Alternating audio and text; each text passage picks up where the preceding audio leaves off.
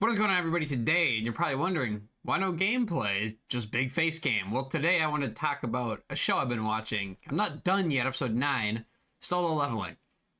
I usually like to talk to about shows like when I'm done with them, but this one is an exception. My buddy has been trying to get me to watch it, and I finally have. And it is, I would say, the best anime of the year so far. It's not even close. The character, what is his name? Sung Jin-woo, right? Yep. Yeah, Jinwoo, however you say it. Don't want to be saying it wrong, so if I did, my bad. Just let me know. I don't want to. Sung Jinwoo, something like that. I'm pretty sure. Yeah, Sung Jinwoo, I think. Alright, sorry about that little tirade, but I just need to talk about the show. Mr. Dimitri from the future here, and spoilers alert for this video, we're going to be talking about episodes 1 through 9. So if you're not caught up to episode 9, don't watch the video unless you care about being spoiled. So this has been your spoiler warning. Bye-bye! It is an isekai, I'm pretty sure, technically, because spoilers alert, or I should probably say that before. Oops, spoiler alert.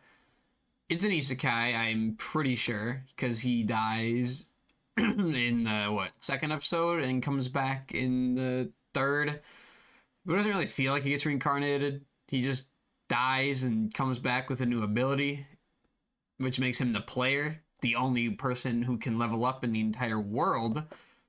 So I don't know if it's technically an isekai or not. I know it's a power show because the guy just can solo level. He's just powerful like that. Nobody else can. And yeah, that's about it for right now. Sorry about that, I had to go get some water, but what I was saying is just such a great show. I feel like it's just a fresh air with like the new animes coming out. It's different because usually every season you have like your one good show, you know what it's gonna be, and then the others are kind of like they're all right. This season, I feel like this one carried by far. I knew it was gonna be good because the hype from all the manhwa readers and all that. I think that's what it's called, yeah, manhwa. They've been just talking about solo leveling forever, and I lived up to the hype up until episode 9. I'm not done yet. I'm waiting for the dub to come out. I know there's a couple left I can watch in the dub, which I'll probably end up watching tonight. And then maybe after I watch it all, like during a gameplay video, I can talk to you guys about it more. But the dub for this show is amazing. The main voice actor is amazing. He killed the role, man. And if you've seen his TikToks, he's actually pretty funny, saying he's going to change the lines. And he has changed some of them from the original content. But it's just so good. The voice actor does an amazing job. Even the one friend, I think he voices Deku. It sounds like Deku. But he voices also really good. Everyone in that show just does a good job. They feel like they care about the role they're playing. Instead of just like playing a character to do it. They feel like they actually like want to do it.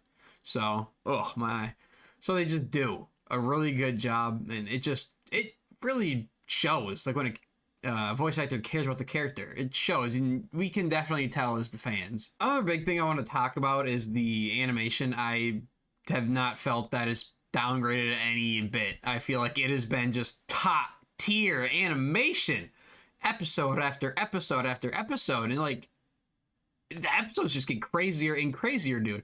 When I went into the show, I was like, oh yeah, it looks good from like the first 10 minutes of the show. And then they go into the dungeon. I was like half paying attention, but I wanted to lock in, but I was talking to some buddies when I was watching the first episode.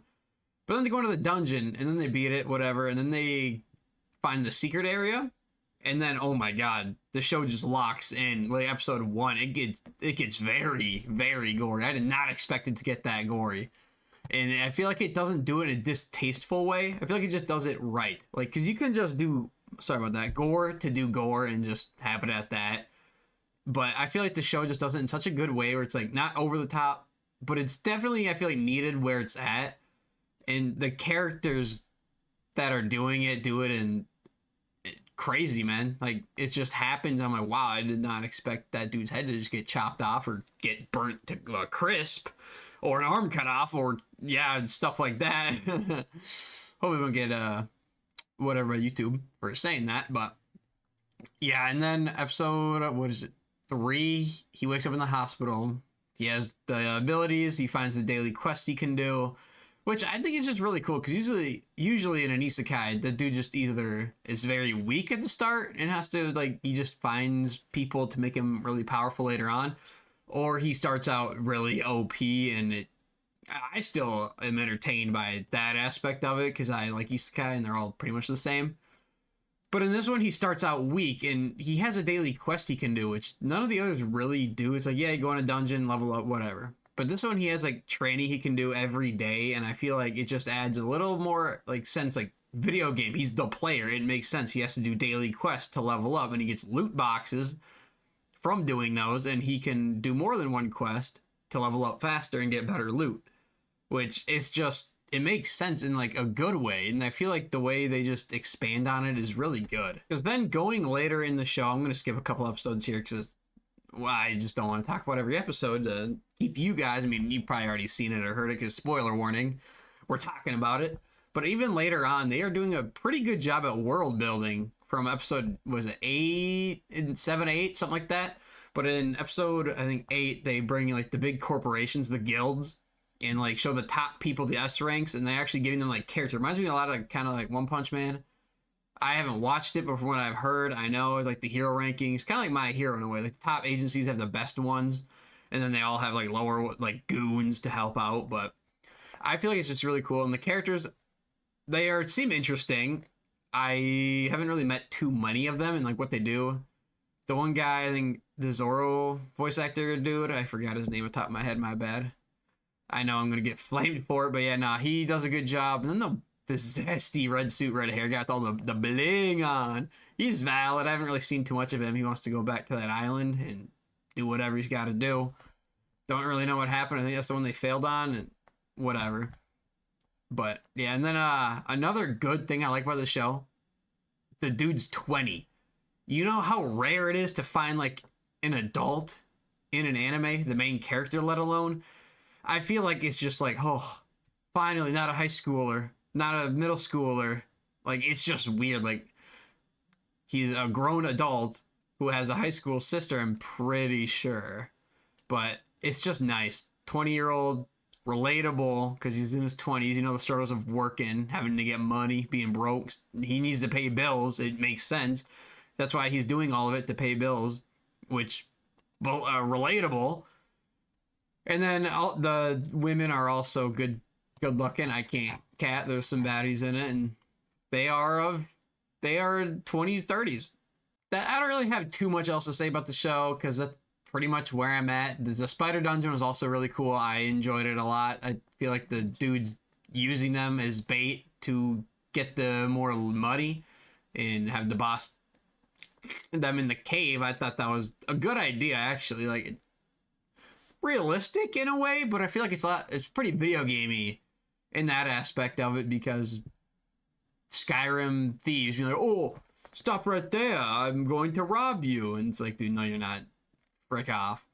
I feel like that was really cool, and the way he's like, the blue eyes, oh, the aura that man's got is crazy, bro. Oh man, he's cold with it. Like the way that whole scene played out, I'm like, oh. And then just, dude, the other cold parts of that show are so good. Was episode 2, where he's like, I refuse to die, something along the lines of that. Oh man, it had my goosebumps everywhere immediately, man. The voice acting is too good. And it's probably a shorter video today because I just wanted to rant about it. Like I said, I'll probably talk about it later on in like a different video, but not a lot because I did a whole video today just based upon it. But anyway, yeah, that's all I gotta say. If you guys haven't checked it out and you've watched to here and wanted to hear all the spoilers, sorry for spoiling it, but it's your own fault for staying. But anyway, check the show out, man. It's peak. I genuinely think it might win Anime of the Year unless something else comes out and just blows my